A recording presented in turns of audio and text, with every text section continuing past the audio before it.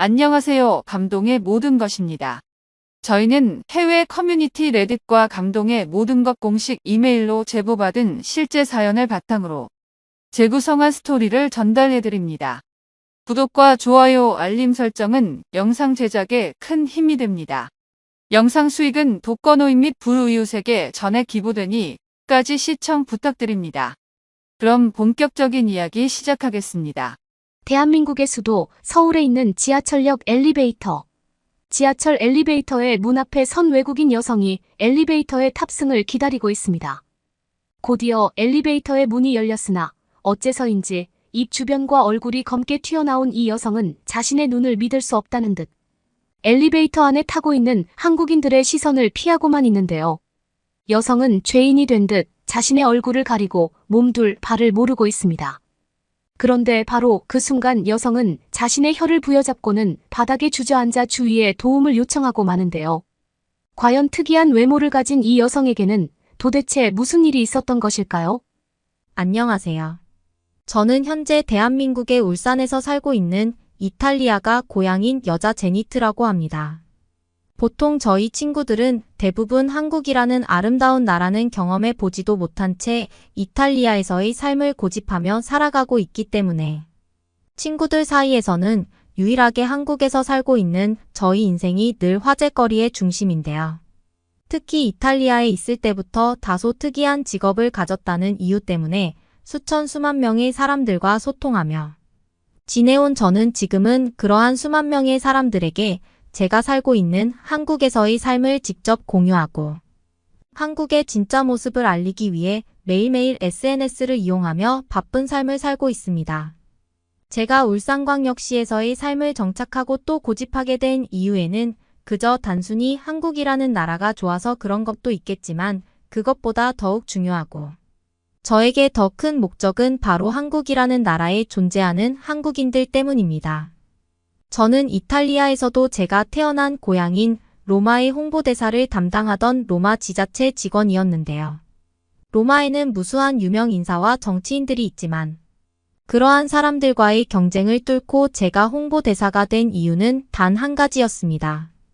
바로 한국어를 비롯하여 4개 국어 이상을 할 줄 알았던 것은 물론 제가 가지고 있던 SNS 계정들과 로마 상인들을 전체적으로 관리하는 역할을 하시던 부모님의 도움을 받아 로마의 홍보대사 10명 중 1명에 기적적으로 선택될 수 있었죠.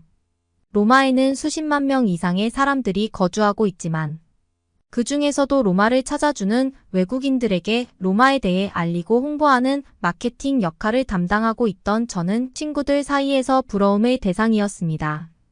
특히 로마는 매년 수십만 명 이상의 관광객들이 찾아오는 국가적 특징을 가지고 있기 때문에 저는 이탈리아의 대학교를 입학함과 동시에 대부분의 시간을 로마의 길거리에서 보낼 정도로 매우 바쁘고도 촉박한 삶을 살아왔죠. 로마에서 매우 크게 퓨전 한식집을 운영하시던 저희 부모님께서도 로마의 홍보대사로 활동하는 저희 모습을 보시면서 늘 자랑스러워 하셨어요. 특히 저는 아시아인들과의 홍보를 주로 담당하던 역할이었기에 그 중에서도 특히 로마를 찾아주시는 한국인 분들과 교류를 하고 소통을 할 기회가 너무나 많았는데요. 로마 길거리 한쪽에서 퓨전 한식집을 운영하시던 부모님께서는 이미 어렸을 때부터 자신의 동업자인 한국인 아저씨와 아주머니들을 집으로 초대했던 적이 많았고 저는 그럴 때마다 자연스럽게 한국 어르신분들에게 한국어는 물론 한국의 생활 방식이나 한국인들 사이에 지켜야 할 에티켓 같은 것들을 배워나가면서 어린 나이일 때부터 한국의 문화에 익숙해지기 시작했죠. 이러한 상황 때문인지 저는 SNS 계정을 통해 자연스럽게 로마에 관심이 있는 한국인 분들과 소통을 하는 것에 어려움이 전혀 없었고 때때로는 로마 지자체와 협업해 수백 명 이상의 한국인 분들에게 무료로 로마 여행 경비를 제공하고 로마를 찾아와 달라는 마케팅 홍보의 역할까지 톡톡히 해내게 되었습니다. 20대 초반부터 시작한 저희 로마 홍보대사 직업은 무려 5년이라는 시간이 지나게 되었고 20대 중반이 되었을 때에 저는 이미 수만 명 이상의 한국인 분들은 물론 중국인과 같은 다양한 아시아인 사람들과의 인적 네트워크를 만들 수 있었죠. 하지만 저는 중국인 분들은 그다지 좋아하지 않았습니다. 제가 매년 진행하는 무료 경기 로마 체험 이벤트를 진행할 때마다 중국인 분들께서는 자신이 왜 당첨이 되지 않은 것인지 100자 이내로 메시지를 전송하라는 진상짓을 하시거나 지금 당장 제가 있는 로마로 직접 찾아갈 테니 무료 여행 이벤트에 자신을 당첨시켜 달라는 등 도대체가 이해할 수 없는 무리한 조건들을 저에게 내걸며 저를 압박했기 때문이죠. 하지만 한국인 분들은 전혀 이러한 모습을 보이기는커녕 오히려 진짜 무료로 여행 경비를 지원해주는 것이 맞는지 항상 꼼꼼히 조건을 체크하시고 본인들이 여행 경비를 부담할 수 있는 부분은 충분히 부담할 수 있다는 말과 함께 온전히 로마를 즐기시는 것에 감사함을 표하시면서 무료 여행 이벤트에 당첨되었을 때에는 저에게 늘 소박한 선물들을 전달해 주셨습니다. 저는 그 중에서도 특히 몇몇 분의 한국인 분들과 실제로 친해질 수 있었고 오랜 기간 연락을 주고받으며 서로가 사는 나라에서의 삶을 직접 공유하며 친구가 될 수 있었죠. 특히 한국에서 휠체어를 타며 생활하고 있다는 현기 씨는 저에게는 늘 강한 삶의 의지와 동기부여를 각인시켜주는 고마운 분이셨습니다. 제가 종종 힘든 일이 있거나 우울한 일이 있을 때마다 귀신같이 먼저 연락이 오시던 현기 씨는 자신은 휠체어를 타는 삶을 살고 있지만 현재 한국에서 살아가는 것에 너무나 만족하고 있고 자신이 할 수 있는 부분에서 온 힘을 다해서 살아가는 것에 늘 즐거움을 느끼고 있다는 조언을 해주시면서 저를 응원해 주시는 현규 씨의 모습은 어떤 호감도 생길 정도로 다정한 한국인 친구 그 자체였어요. 그런데 어느 날 저의 혀에 조금씩 이상한 덩어리 같은 것들이 생겨나기 시작하며 제 삶은 송두리째 뒤틀리기 시작했어요.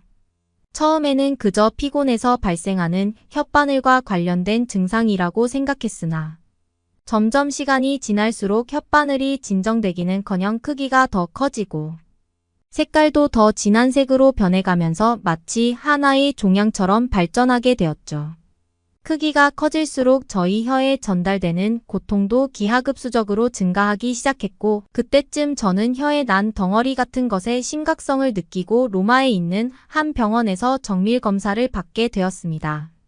검사 결과는 설암, 즉 혀에 발생하는 암이라는 진단과 함께 수천 개의 모세혈관이 모이는 혀에 발생하는 암답게 아무래도 예후가 좋지 않을 것 같다는 말씀을 이어가시던 로마의 의사분께서는 혀는 절제 수술도 불가능한 부위라.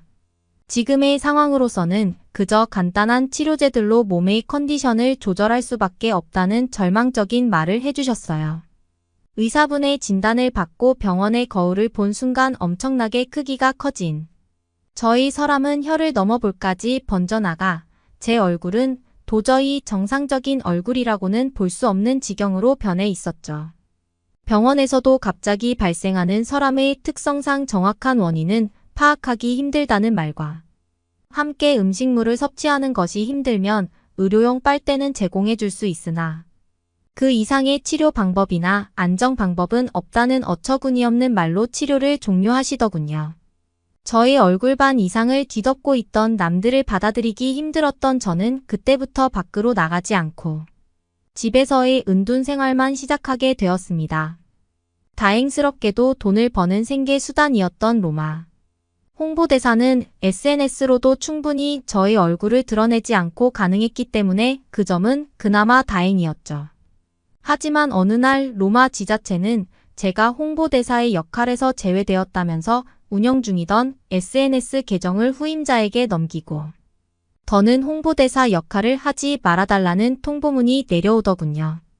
알고 봤더니 저의 혀에 생긴 흉측한 암에 대한 소문이 저의 몇몇 이탈리아 친구들을 통해 퍼져나갔고 제가 홍보대사인 것을 시기 질투하던 친구들이 직접 로마 지자체에 보고해 제가 로마의 이미지를 암세포로 더럽히고 있다고 신고를 넣은 것이었습니다. 사람이 좋아서 시작한 홍보대사 일이었지만 고작 원인도 모르는 혀의 암 때문에 사람들을 잃고 배신까지 맞아야 된다는 저의 현실은 정말로 견디기 힘들었죠. 심지어 저희 부모님께서도 저의 얼굴을 뒤덮고 있는 혀의 암들을 보시더니 저를 걱정하기는커녕 그저 아무 말도 하지 않으시고 한숨을 쉬셨고 저는 그때 더는 부모님을 만나지 말아야겠다는 가슴 아픈 결정마저 내리게 되었습니다. 그런데 어느 날 제 SNS 계정으로 휠체어를 타고 생활하던 한국인 친구 형규 씨가 연락이 오더군요. 형규 씨는 어느 날 로마 홍보대사 계정에 제가 아닌 다른 사람의 얼굴이 보이기 시작했다면서 무슨 일이 있는지 물어보기 시작했죠. 처음에는 저희 혀에 생긴 암덩어리들을 숨기려고 했지만 왠지 모르게 휠체어를 타고 있는 형규 씨만은 저를 이해해 줄 수 있을 거라고 생각했고 저는 형기 씨에게 모든 것을 털어놓고 저의 얼굴을 뒤덮고 있는 혀의 암덩어리 사진들까지 보여주었죠. 하지만 사진을 받은 씨는 약 5분 동안 답장이 없었습니다. 역시 씨도 다른 사람과 다르지 않다고 생각하던 순간 씨는 저에게 휠체어를 타고 농구를 하고 있는 자신의 영상을 보내주면서 외면에 생기는 장애는 아무것도 아니라는 짧은 메시지를 함께 전송해 주었고 그 뒤에는 너무 힘들면 잠시 자신이 있는 한국으로 놀러오라는 말이 적혀 있었습니다. 그 메시지를 본 순간 저는 깊은 고민에 빠졌고 어차피 치료하지도 못할 혀의 암덩어리들이라면 형규 씨의 말처럼 있는 그대로의 나를 받아들이고 내가 하고 싶은 것을 하고 살아야겠다는 의지가 어느 정도 생기더군요. 그리고 약 1개월 뒤 저는 30일 이상의 한국 여행을 준비하고 떠나게 되었습니다. 여행을 출발하기 전 형규 씨와 한국에서의 일정에 대해 많은 대화를 나눴지만 마스크로도 가려지지 않는 혀와 볼의 암덩어리들을 타인이 정면으로 본다는 생각에 비행기를 탈 때부터 식은땀이 나기 시작하더군요. 한국에 도착하고 난 뒤 형규 씨와의 약속 장소인 강남역으로 가기 위해 저는 인생에서 처음으로 한국의 지하철을 타고 이동하기로 하고 길을 걸어가던 중이었습니다. 인터넷상으로는 한국을 많이 탐구하기도 하고 보아왔었지만 제 눈앞에 펼쳐진 한국은 실제 사진이나 영상으로 보던 것보다 더욱 깨끗하고 아름다운 나라였죠. 저의 혀에 생긴 암만 아니었다면 이러한 아름다운 나라를 천천히 즐길 수 있었을 텐데라는 생각을 하고 저는 한국의 지하철을 타기 위해 휴대폰 지도를 이용해서 한 엘리베이터 앞에 도착하게 되었습니다. 로마에서는 상상조차 할 수 없는 지하철로 들어가는 엘리베이터가 있다는 사실에 저는 굉장히 놀랐지만 이내 큰 고민에 휩싸이고 말았습니다. 엘리베이터의 문이 열렸을 때 그곳에 수많은 한국인들이 마스크 위로 튀어나온 저의 혀와 볼의 암을 정면으로 마주하는 게 당연한 상황이었기 때문이죠. 하지만 강남역으로 가는 제일 빠른 길이 지하철밖에 없었기 때문에 저는 결국 식은땀을 흘리며 지하철 엘리베이터를 기다리고만 있었습니다. 얼마나 기다렸을까라는 생각이 들 때쯤 엘리베이터의 문이 열리게 되었고 엘리베이터 내부에는 이미 수많은 한국인 아저씨와 아주머니 그리고 학생들이 있었죠. 그런데 엘리베이터에 있던 수많은 한국인들은 저를 쳐다보기는커녕 엘리베이터 밖으로 나와 빠른 걸음으로 사라지기 바쁘더군요. 그 누구도 저희 외모를 신경 쓰지 않았고 로마에서의 이탈리아인들처럼 저를 피해 가지도 않았습니다. 그리고 저희 바로 뒤에서는 한 할아버지께서 엘리베이터 지금 타면 돼요라면서 제가 안전하게 엘리베이터를 탈 수 있게 버튼을 누르고 기다려 주시더군요. 로마에서는 느낄 수 없는 무언가, 알 수 없는 따뜻함에 저는 가슴이 뜨거워지고 말았습니다. 그리고 엘리베이터를 타려던 순간 그 안에서 휠체어를 탄 채 저를 기다리고 있던 형기 씨를 마주할 수 있었죠. 휠체어에 타고 있어 저의 시야에 보이지 않던 형규 씨는 혹시나 제가 길을 잃을까봐 마중을 나온 것이라면서 한국에서는 그 누구도 저의 혀에 생긴 암에 대해 손가락질하지 않을 거라며 마음을 풀고 안심하라는 말을 해주었어요. 형규 씨는 저에게 방금 저의 시야에 휠체어를 탄 자신이 보이지 않았던 것처럼 모든 사람들이 저를 먼저 알아봐주고 인정할 수는 없겠지만 한국에서만큼은 그러한 일로 차별을 받지는 않을 거라며 그러한 사실은 휠체어를 탄 장애인인 자신이 제일 잘 알고 있다면서 저의 손을 꼭 잡아주었죠. 그리고 형규 씨는 저에게 명함을 하나 건네주었고 그곳에는 피부과 전문의 담당이라는 형규 씨의 이름이 적혀 있었습니다. 알고 봤더니 형규 씨는 서울의 한 대학병원에서 휠체어를 탄 피부과 의사로 유명한 사람이었죠. 현규 씨는 저를 보면서 정밀 검사를 해주고 싶어서 저에게 용기를 주고 한국에 오게 만든 것이었다면서 저희 혀에 생긴 암을 치료해 주겠다는 말을 해주었습니다.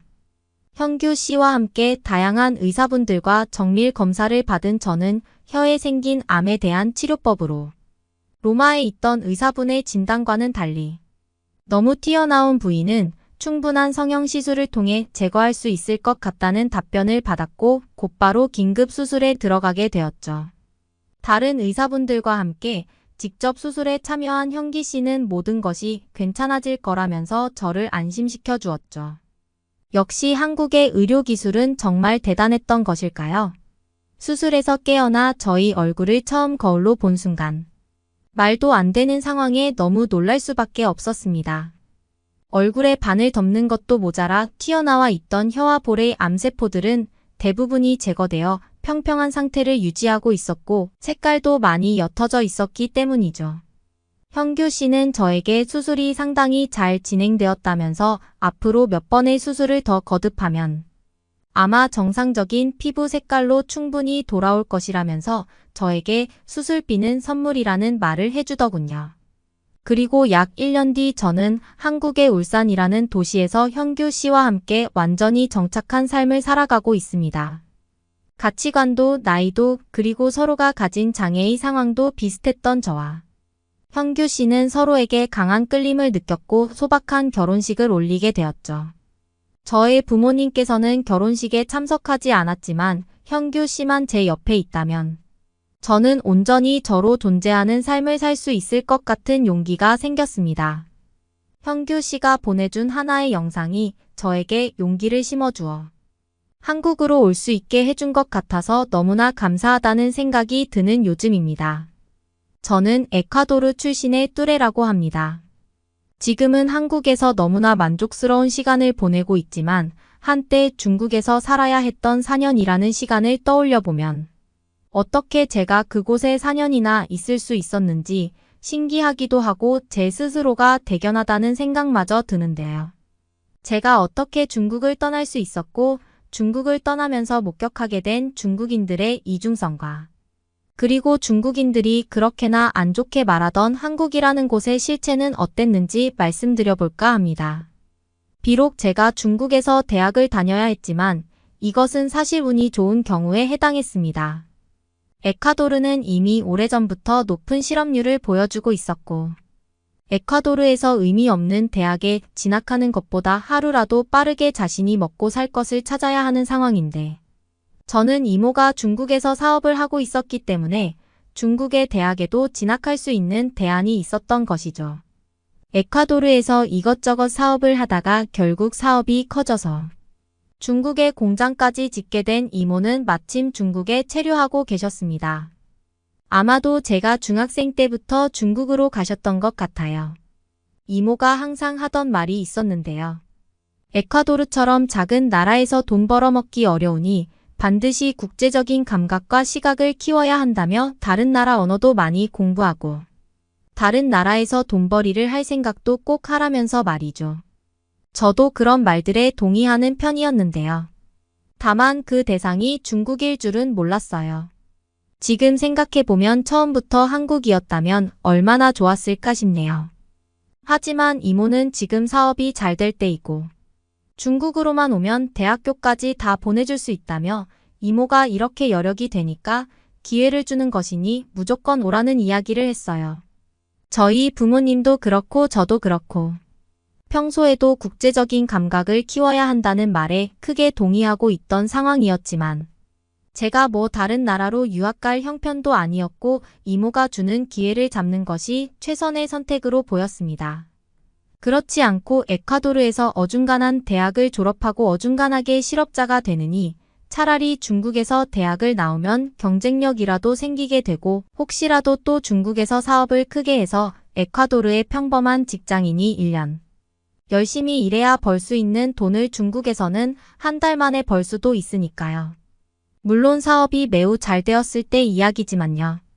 그리고 이렇게 생각하게 된 배경에는 당시 중국이 미래에 매우 경쟁력 있는 국가로 성장하지 않을까 하는 기대감도 있었기 때문이에요. 그렇게 저는 기회 자체가 매우 적은 에콰도르 땅을 떠나기로 마음먹었고 그때부터 중국 대학 진학을 목표로 준비를 해서 중국 대학에 진학하게 되었습니다. 이모가 생활비나 학비까지 대주시며 저는 나름대로 좋은 기회를 잡은 셈이었죠. 게다가 언어적인 능력이 다른 사람보다 좋았는지 중국어 습득을 하는데도 크게 어렵다고 느끼지 않아서 무난하게 중국의 대학에 다닐 수 있었습니다. 사실 중국은 입학 조건이 그다지 까다롭지도 않았다는 것도 있었겠죠. 그렇게 중국에서 생활이 시작되고 자연스럽게 중국인 친구들도 사귀게 되었고요. 하지만 막상 중국에 체류하며 중국에서 교육을 받게 된 저는 중국에서 그다지 좋지 않은 것들도 많이 봐야만 했습니다. 중국이 예전에 비해서 많은 경제적인 성장을 이루어냈고 미국을 따라잡겠다는 포부를 가진 나라인데 아직도 중국은 너무나도 극심한 빈부격차를 보이고 있었습니다. 정상적인 아파트에 생활하는 사람이 있는 반면 많이 노후화되고 벽이 일부가 무너져 내린 집에 살고 있는 사람들도 있었습니다. 그러면서 조금 충격적인 모습도 보게 되었습니다. 중국에서는 집안의 재력이 얼마냐에 따라 끼리끼리 어울려서 다니는 문화가 있었는데요. 비슷한 수준을 가진 집안의 자녀들끼리 공감대를 형성하고 대화를 해도 잘 통하는 그런 것들이 있기 때문이었죠. 하지만 중국에서는 너무나 극심한 빈부격차를 보여주고 있었기 때문에 제가 다니는 대학에서 이런 것들에 의한 차별 같은 게 존재한다고 느껴졌어요. 제가 다니는 학교가 굉장히 공부를 잘해야 들어올 수 있는 학교가 아니었기 때문에 공부를 잘하는 가난한 집안의 학생들도 장학금을 받으면서 이 학교를 다니고 있었거든요. 오히려 아예 공부를 잘하는 대학이었다면 중국의 상류층 자녀들만 그 대학을 다녔겠지만 제가 다니는 곳은 정말 어중간한 대학이라서 그런지 학생들 간의 빈부격차가 눈에 보일 정도였고 때문에 중국의 빈부격차가 보여주는 계층이 나뉘어 있는 모습을 많이 보기도 했습니다. 그래도 저는 중국에서 학교를 다녀야 하는 입장이라서 친중국적인 생각을 가져야만 했는데요. 그래서 이런 것들도 중국인들의 잘못이라고 생각하지 않기로 마음먹었습니다. 똑같은 대화를 하더라도 대화 수준이 통하고 잠시 스트레스를 풀어놓을 때에도 부잣집 자녀들은 돈을 써가면서 놀지만 그렇지 않은 집안의 자녀들은 그럴 수 없으니까 말이죠. 그냥 이런 것들은 중국이라는 나라에서 구경할 수 있는 경험들 중 하나라고 생각하기로 했습니다. 하지만 저를 거슬리게 하는 문제는 다른 것들이었습니다. 저와 친해진 모든 중국인들이 하나같이 공통적으로 가지고 있는 생각 같은 것은 저를 매우 불편하게 했는데요. 좋은 일이 있거나 개인적으로 잘한 일이 있으면 그들은 대부분 중국이니까 좋았던 거야. 중국인이 원래 배포가 커 중국인들은 남에게 관대해 같은 듣기 싫은 미사여구가 꼭 따라온다는 것이죠. 처음에는 뭐지 싶었던 그 말들이 여기 계속 살면서 서서히 거슬리기 시작했어요. 제가 그 중국의 위대함에 공감하지 않고 귀찮아하는 기색을 보이면 다음번에는 더 집요하게 중국의 위대함에 동의하도록 만들기 위해 노력을 하기도 했다고 느꼈어요. 중국인들은 정말 관대하지, 중국인들은 정말 친절하지? 그런 노골적인 질문들을 너무 많이 받아봤습니다. 저에게 친절한 중국인도 있었고 저에게 관대한 모습을 보여주었던 사람도 분명히 있기는 했는데 마지막에 가서 그런 좋은 점을 스스로 갈아먹는 듯한 언행은 정말로 꼴불견이었습니다. 제가 중국인들에게 친절함을 보이고 관대함을 보여줄 때도 있었는데 저는 그때마다 에콰도르 사람들은 친절하지? 에콰도르 사람들은 역시나 관대하지? 동의해. 라고 물어봤다면 그 중국인들도 아마 짜증났을걸요. 외국인이 많이 없는 대학교에 다니다 보니 또 외국인들이 잘 없는 지역에 살다 보니 외모가 다른 저에게 중국의 위대한 역사를 알려주고 싶어 한다던가 중국이 위대하다는 듯한 이야기를 하는 그 모습들이 진절머리가 나는 단계에 이르렀죠. 정말 솔직히 이 사람들이 여기서 그쳤다면 그러려니 했을 것 같은데요. 하지만 이 사람들이 가지고 있는 생각은 조금 독특했습니다. 중국이 앞으로는 세계의 중심이 될 것이고 언젠가는 지금 미국이 하고 있는 세계의 경찰 역할을 중국이 맡아서 하게 될 거라는 생각을 가지고 있다는 것이죠. 그리고 그 이야기에 대한 연장선으로 다른 나라들을 깔보는 듯한 조치라는 관점이 있었는데요. 제가 나중에 한국에 가게 되었으니 한국에 대해서 나쁜 이야기를 들었던 것들을 말씀드려보자면 한국인들은 허세가 심해서 서로 친구를 사귀기 위해 불필요한 소비를 한다는 소리나 한국 사람들에 대한 이미지는 꾸미기 좋아하고 명품을 몸에 두르는 것을 좋아한다는 것, 그리고 그 명품 가방이나 옷들은 필수라서 그런 게 없으면 어디 가서 친해질 수 없다는 내용 같은 것들도 있었습니다. 중국보다 수십 배 경제 규모가 작은 한국에서 명품 소비 액수가 엄청난 걸 보면 확실히 문제가 있는 사람들이라는 말 같은 것도 서슴지 않았습니다. 그리고 한국에서는 중국보다 물가가 비싸기 때문에 한국인들이 더 높은 급여를 받는다고 해도 실제 삶은 그만큼 좋지 못하다며 오히려 평범한 사람들 같은 경우는 중국의 직장인이 더 나은 삶을 살고 있고 중국에는 부자가 많기 때문에 중국이 더 기회가 많은 땅이라는 이야기 같은 것들 말이에요. 저도 일방적으로 중국을 비판할 생각은 없었습니다. 중국 국민의 대다수는 가난하더라도 중국의 시장 규모가 큰 것도 사실이고 저희 이모가 중국이라는 나라에서 공장을 세워서 큰 사업을 하고 있는 것도 맞으니까요.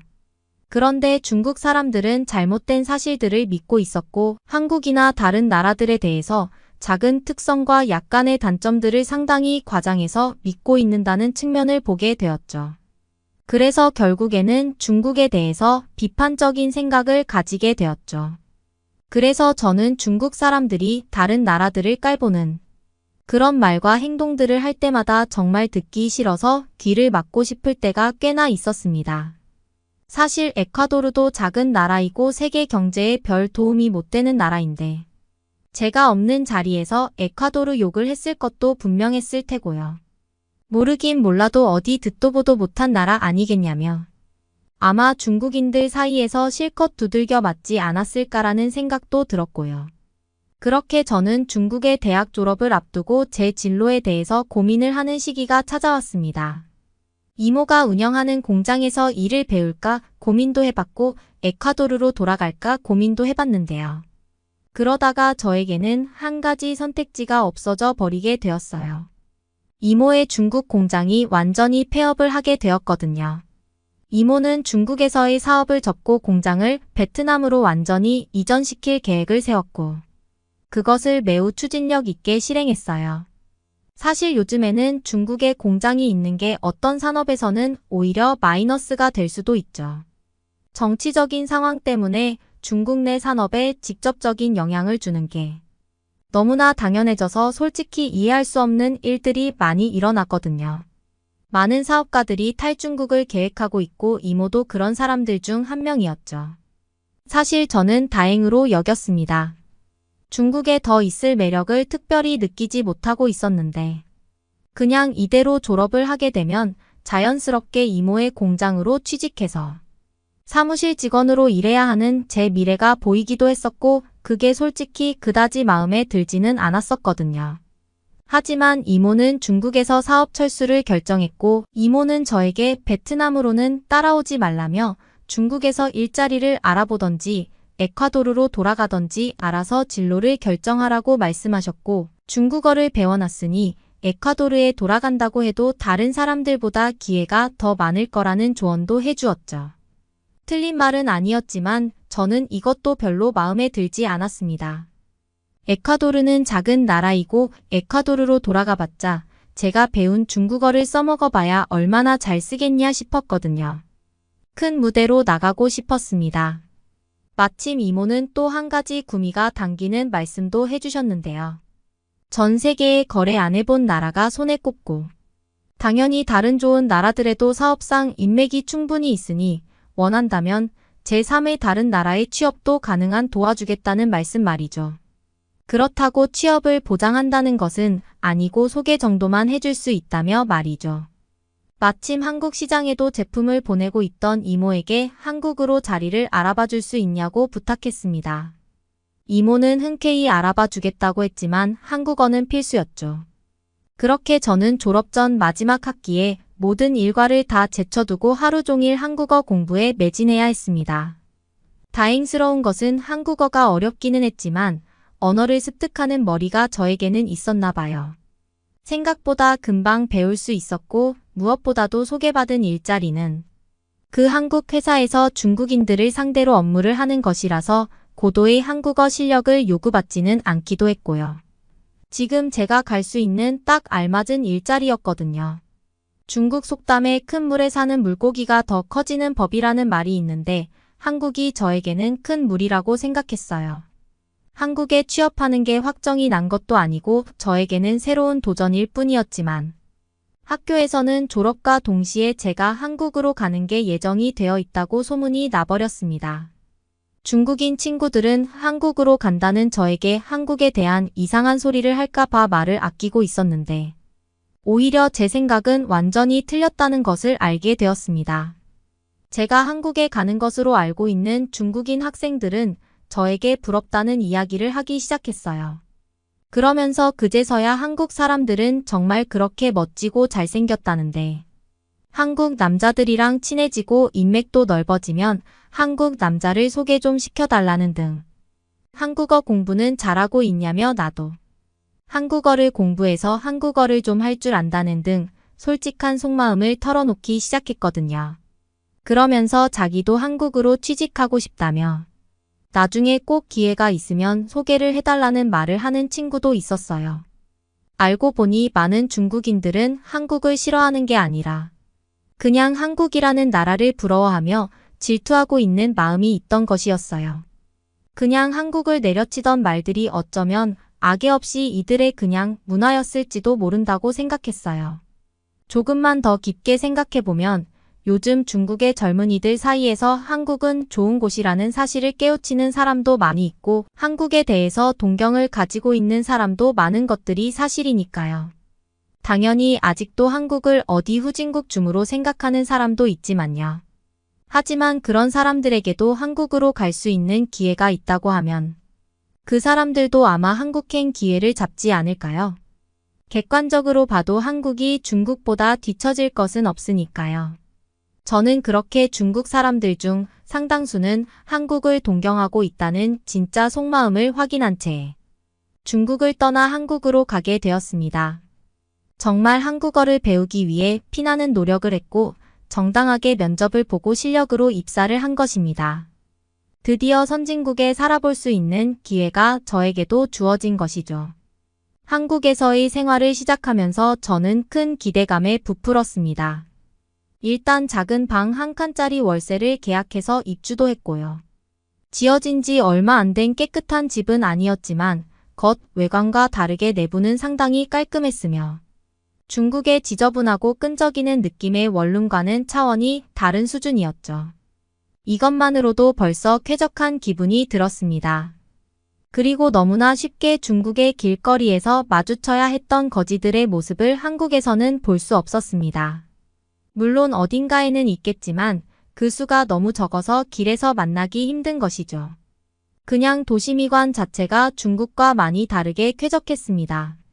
도로에 지저분한 전봇대들도 없었으며 얽히고 설킨 꼴배기 싫었던 전선 뭉치들이 하늘을 가리고 있지 않으니 언제든지 고개를 들면 전선에 방해 없이 하늘을 바라볼 수 있다는 것도 장점이겠네요.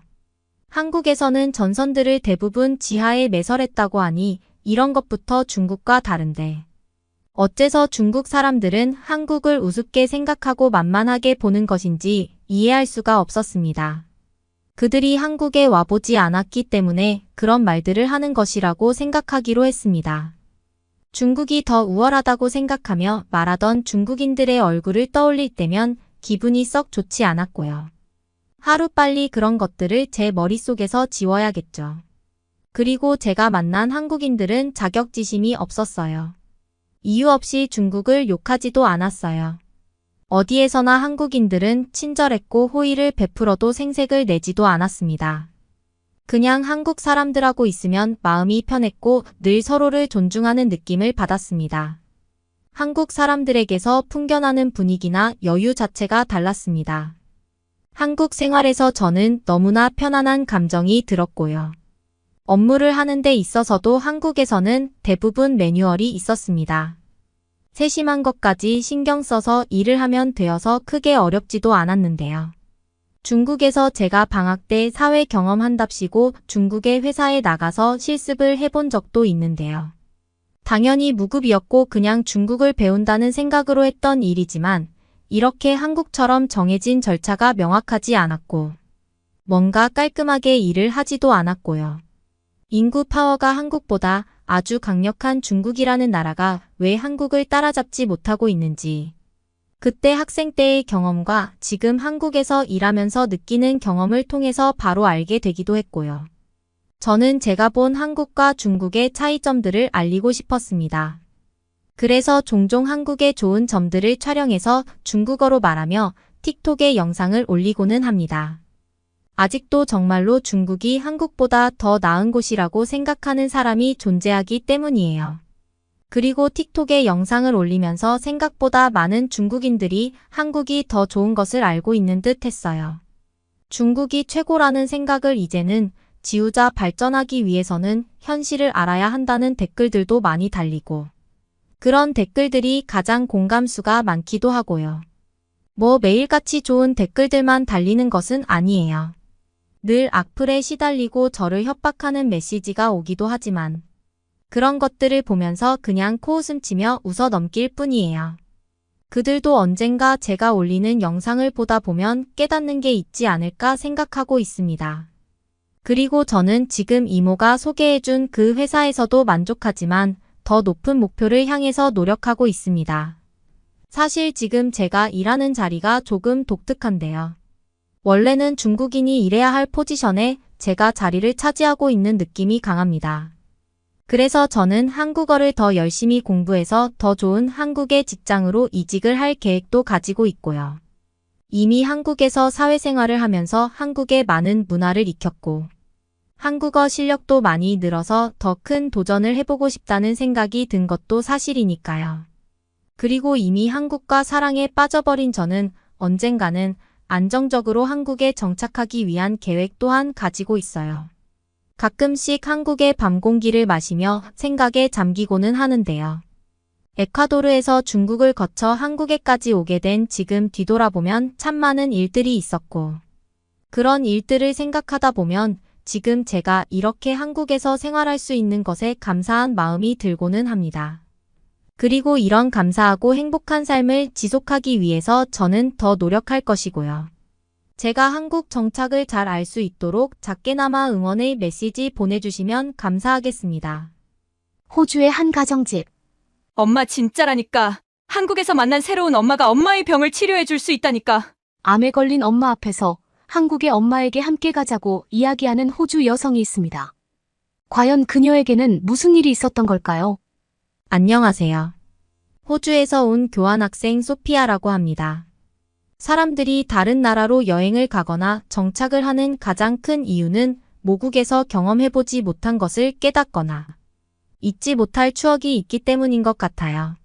저 역시도 호주에 있었다면 평생 경험해보지 못할 소중한 추억을 얻은 탓에 애를 쓰면서까지 한국에 오려고 한 것이고요. 추억이야말로 사람이 살아가는 가장 큰 이유이기도 하니까요. 제가 처음 한국에 간 것은 8살 때였어요. 호주에서 교수로 일하시던 아버지께서 한국에 있는 대학교의 영문학 교수로 이직을 하시면서 가족들 역시도 자연스럽게 한국에 가게 된 것이었죠. 어린 마음에 새로운 곳에서 살게 된다는 사실만으로도 기뻤던 저와는 다르게 어머니께서는 한국에 가는 것을 굉장히 꺼려하셨네요. 평생 시드니에서 사시던 어머니께서는 여러모로 한국에 가는 것이 못마땅하셨던 것이었어요. 사실 시드니는 호주 내에서도 제일 살기 좋은 도시로 손꼽히다 보니 어머니께서는 당연히 한국이 별 볼 일 없을 것이라고 생각하셨거든요. 그러나 저의 경우에는 한국에 있던 모든 것이 참 좋더라고요. 아무리 시드니가 살기가 좋다고 하더라도 치안 문제 때문에 일면식이 없는 아이들과 뛰어놀지는 못했거든요. 그랬기에 한국에서의 생활이 더 좋게 느껴졌습니다. 한국에서는 또래라는 이유 하나만으로도 같이 뛰어놀 수 있는 것은 물론 주변 어른들께서도 참 친절하게 대해주셨으니까요. 어머니와 아버지가 늦으실 때면 옆집에 살던 친구 권유로 다 함께 식사를 하곤 했는데요. 가족이 아님에도 허물없이 같이 밥을 먹고 이야기를 공유하며 음식을 주고받는 것이 참 인상 깊더군요. 그래서 앞으로도 쭉 한국에 살고 싶다는 생각을 하게 되었고요. 하지만 이런 저의 소박한 꿈은 이루어지지 않았습니다. 아버지께서는 한국에 온 지 3년 만에 갑작스러운 심장마비로 돌아가셨거든요. 원래 심장질환이 있으셨던 아버지였지만 이렇게 빨리 가족들의 곁을 떠날 줄은 몰랐기에 충격이 이만저만이 아니었어요. 갑작스러운 아버지의 부재로 장례식 내내 충격에 빠져 계시던 어머니께서는 아버지의 장례가 마무리되자마자 호주로 돌아오셨죠. 호주로 돌아오자 어머니께서 제일 먼저 한 일은 직장을 구하는 일이었어요. 원래 회계 쪽 일을 하시던 어머니께서는 회계직 일을 구하는 것으로는 모자랐는지 주말에는 파트타임으로 레스토랑 서빙 일까지 구하시더군요. 어머니께서 얼마나 고단한 일과를 보내시는지 알았기에 저도 더 이상 그 어떤 말썽도 부리지 않고 묵묵히 공부만 하게 되었네요. 아버지가 보고 싶다거나 친구들이 있는 한국으로 돌아가고 싶다는 말은 일절하지 않으면서요. 어머니는 제가 하고 싶은 일이라면 지원을 아끼지 않으셨기에 사춘기 시절을 거쳐 대학교에 갈 때까지 모녀 사이에 큰 갈등이 일어나지는 않았는데요. 한국으로 교환학생을 가겠다는 말을 꺼내자 어머니께서는 불같이 화를 내시더라고요. 생활 수준이 호주에 비해 한참이나 모자란 곳에 뭐하러 돈까지 들이면서 가냐고요. 돌이켜보면 어머니께서는 아버지가 돌아가신 것을 기점으로 한국에 대해 안 좋은 감정을 가지고 있으신 것 같았어요. 한국에 관한 프로그램이 나오면 채널을 돌려버리는 것은 물론 한국에 관한 이야기가 나올 때마다 인상을 찌푸리기 일쑤였으니까요. 사실 아버지가 한국에 계실 때는 정규직 교수가 되기 위해 밤낮을 가리지 않고 논문을 작성하고 수업 준비를 하셨거든요. 어머니의 눈에는 그것이 경쟁에서 이기기 위해 독하게 올라가는 한국인들 사이에서 살아남기 위해 아버지께서 괜한 고생을 한다고 생각한 모양이었어요. 정작 아버지께서는 논문을 쓰는 것도 수업 준비를 하는 것도 자신이 즐거워서 하신 건데 말이에요. 한국에 대해 부정적인 감정을 가지고 계신 어머니와 다르게 저는 기회만 된다면 한국으로 돌아가고 싶었어요. 그러나 제가 아무리 말씀을 드려도 어머니께서는 여전히 아버지께서 무리를 하며 일을 하신 것이 다 한국인 동료들 때문이라 믿으셨기에 여전히 제가 한국에 가는 것을 허락해 주지 않으셨어요. 그래서 어쩔 수 없이 모든 준비는 어머니에게는 비밀로 한 채로 진행을 하게 되었죠. 어머니가 반대를 한다고 해서 한국 가는 것을 포기할 수는 없는 일이잖아요. 교환학생을 가기 위해 필요한 서류를 준비하고 비행기 값을 모으기 위해 아르바이트를 하며 시간을 보내다 보니 눈 깜짝할 사이에 한 달이란 시간이 지나가 있더군요. 저는 모든 준비가 다 끝난 후에야 어머니에게 한국으로 교환 학생을 갈 준비를 다 해놨다고 말씀을 드리게 되었고요. 제 말에 설거지 중이던 어머니께서는 손에 들려있던 그릇을 깨뜨리기까지 하셨죠. 그만큼 충격이 심하다는 말이었습니다.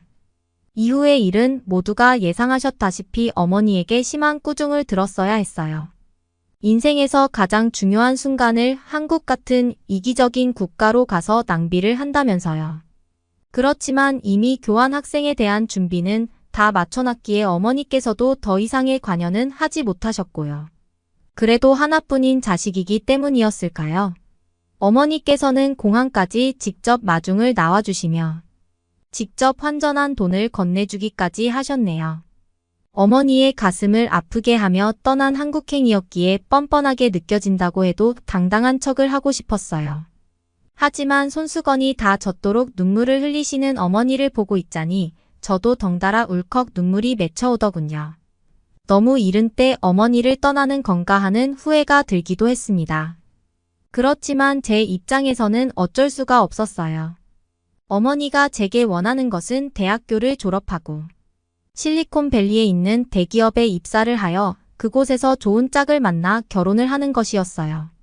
제가 바라는 꿈은 아버지처럼 한국에서 사람들을 가르치는 일을 하는 것인데 말이에요.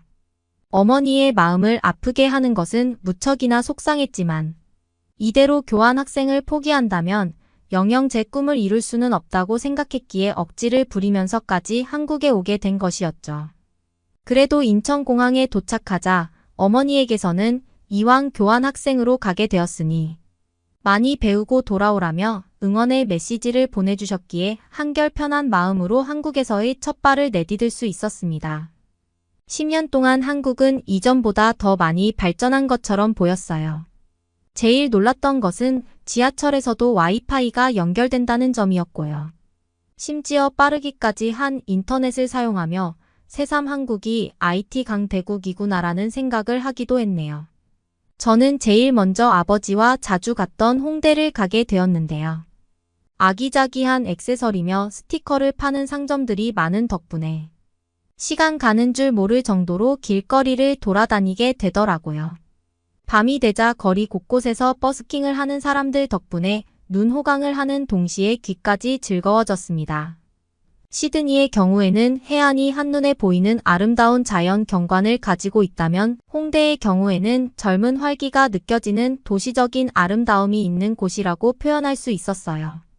밤이면 형형색색의 불빛이 어우러진 가게의 모습들은 눈을 뗄 수 없을 만큼 이목을 집중시켰고요. 학교가 홍대 근처에 있는지라 저는 이후에도 종종 홍대에 들러 룸메이트들과 시간을 보내곤 했는데요. 이국적인 카페와 음식점들이 넘쳐나는 홍대에서의 일상은 하루하루가 여행을 다니는 것 같은 느낌을 주기까지 하더군요. 그 덕분에 매일을 즐겁게 보낼 수 있었죠. 그리고 홍대가 주는 활기보다 더 좋은 것이 있다면 그건 바로 같이 지내는 룸메이트들이었습니다. 룸메이트들은 아직 한국어가 서투른 저를 배려하며 과제를 하거나 시험 공부를 할 때마다 매번 많은 도움을 주었거든요. 호주가 재학했을 당시에는 아무리 친한 사이라고 하더라도 자신의 성과가 걸린 경우에는 도움을 주는 경우가 없었기에 한국 친구들에게 더욱더 고마운 마음이 컸던 것 같아요. 한국 친구들의 경우에는 똑같은 경쟁을 하더라도 혼자 앞서 나가는 것이 아니라 서로의 부족한 부분을 도와주며 서로 성장하려는 모습을 보였으니까요. 덕분에 저는 서투른 한국어 실력임에도 불구하고 시험에서 좋은 성적을 받을 수 있었네요. 하지만 불행은 가장 기뻐해야 할 순간 닥쳐오더군요. 어머니께서 암에 걸린 것이었죠. 어머니께서는 문자와 전화통화를 할 때마다 잘 지내고 있다고 말씀하셨기 때문에 처음에는 믿기 힘들었어요. 3달 전까지만 해도 건강하시던 어머니가 암이라니 믿을 수 있을 리가 없잖아요.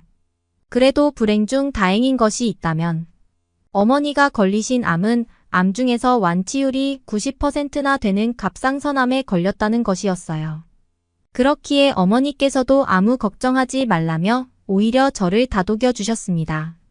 이까짓 암 따위 기꺼이 이겨내겠다 말씀하시면서요. 그럼에도 저는 덜컥 겁이 났어요. 아무리 착하다고 한들 암이란 병 자체가 원래 위험하니까요. 어머니께서는 아무 걱정하지 말라고 하셨지만 자꾸만 무서운 생각이 들어 이불을 뒤집어 쓰고 하염없이 눈물을 흘릴 수밖에 없었습니다. 아버지에 이어 어머니마저도 잘못될 수 있다는 생각 때문이었죠. 그럴 때마다 룸메이트들은 진심으로 어머니를 걱정하며 위로를 해주더라고요. 아마 아픔에 공감하고 위로를 해주는 친구들이 없었다면 저는 정말로 힘든 순간을 견딜 수 없었을 거예요. 어머니가 항암 치료를 시작했다는 말을 들은 후 곧장 호주로 돌아가려 했지만 어머니께서는 계속해서 반대를 하셨습니다. 와봤자 걸림돌이 될 뿐더러 교환학생 생활을 잘 마치고 오는 것이 제일 큰 도움이 된다고요.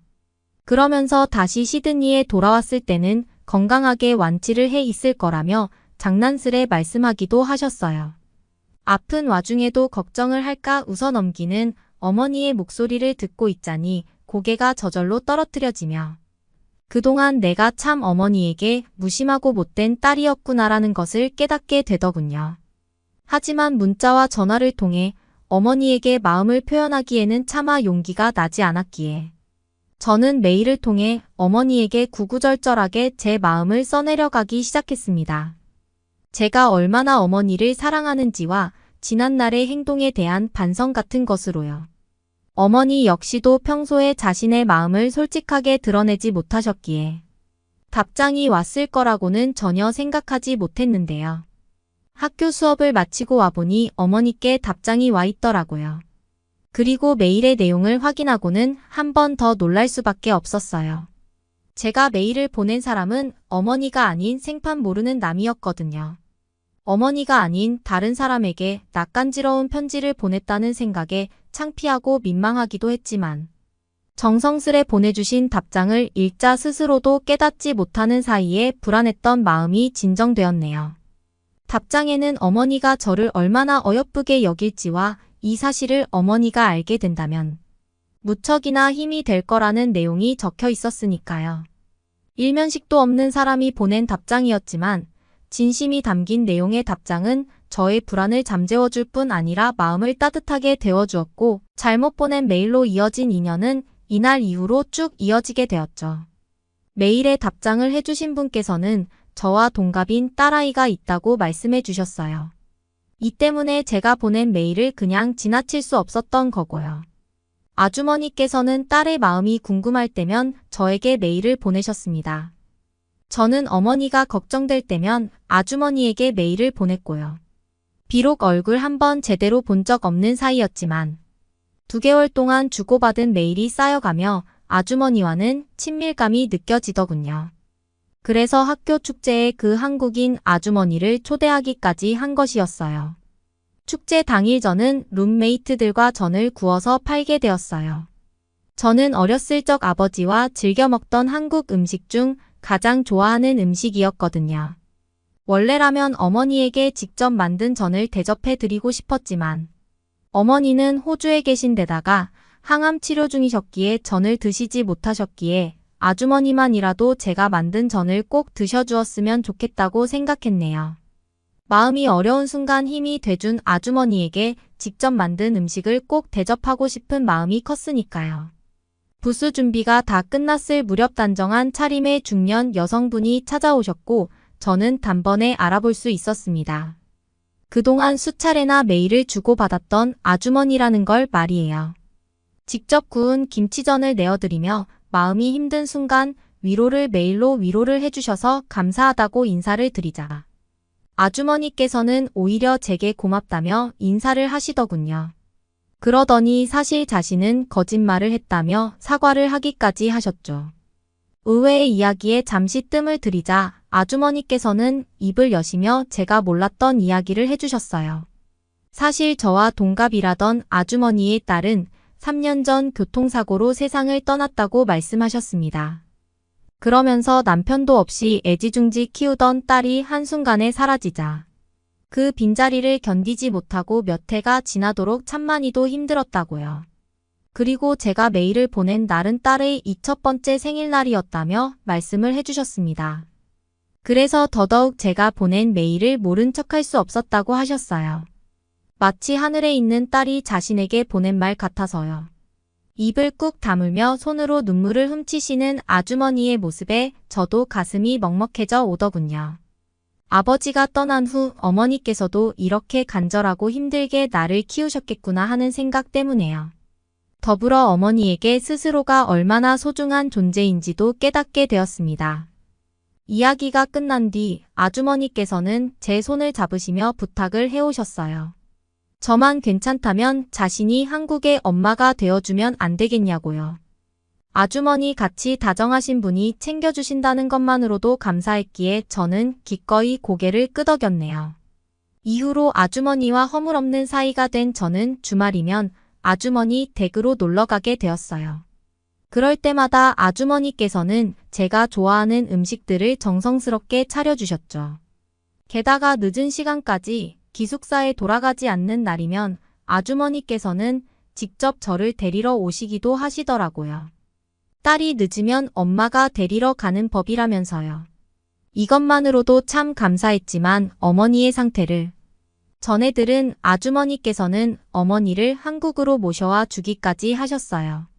차도가 보이지 않는 어머니를 직접 치료해 주신다고요. 아주머니께서는 대학병원 출신 의사셨거든요.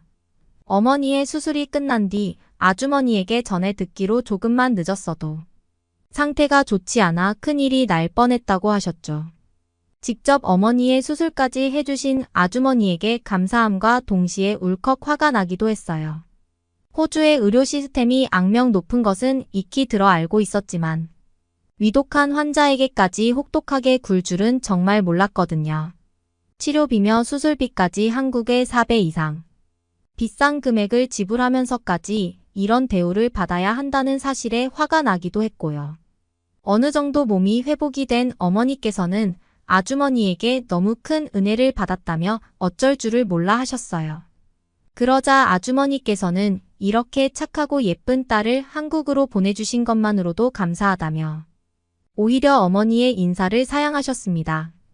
장기 비자를 받지 못한 어머니께서는 비록 한국에 온 지 3달이 넘어갈 무렵 다시 호주로 돌아가실 수밖에 없었지만 어머니께서 무사히 항암 치료를 마치셨다는 것만으로도 참 기쁘고 안심이 되더라고요. 그리고 아주머니와 함께 공항으로 배웅을 가는 날, 어머니께서는 자신이 한국을 잘못 생각했다며 지난날 잘못에 대해 말씀을 해주셨어요. 한국만큼 인정이 넘치고 살만한 곳을 찾아볼 수는 없다는 것이 그 이유였죠. 사실 고향인 시드니만 하더라도 봉사활동을 하거나 직계 가족이 아닌 이상 한국처럼 도움을 주는 경우는 거의 없었기에 어머니의 말씀에 수긍을 할 수밖에 없었어요. 어머니가 갑상선암을 완전히 완치한 후 저는 아주머니를 유암이라고 부르게 되었습니다.